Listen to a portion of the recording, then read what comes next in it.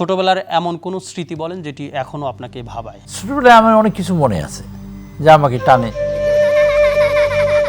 গ্রামের বাড়ি তো, গ্রামে বড় হয়েছি। আমার গ্রামের বাড়িতে আমি সামনে এসে দাঁড়িয়ে থাকতাম, বাবা যখন আসবে আমার জন্য চকলেট বিস্কিট নিয়ে আসতো, আমার বাবা কোলে করে নিয়ে আসতো আমাকে সাথে করে। জীবনের সবচেয়ে বেশি ক্ষমা চাওয়ার জায়গা কোথায়? আমার বাবা অনেক কষ্ট করে আমাদেরকে মানুষ করেছেন। আমার মা বাবার কষ্টটা আমার বাবাকে আমি সবসময় স্মরণ করি। মা যদি এখন থাকতো কি বলতেন মাকে গিয়ে? দেশটাকে মা মনে করি, এর জন্য দেশের জন্যই নিজের জীবন দিতে প্রস্তুত হয়ে যুদ্ধে গিয়েছিলাম।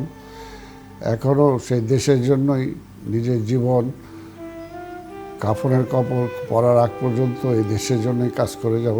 জীবন সঙ্গিনীর এমন কোনো ত্যাগ আছে যেটা বাইরের মানুষ জানে না? বিয়ে হয় সংসার করে স্বামী স্ত্রী একসাথে থাকার জন্য, কিন্তু আমাদের জীবনে তো বহু বছর আমরা একসাথে থাকতে পারি।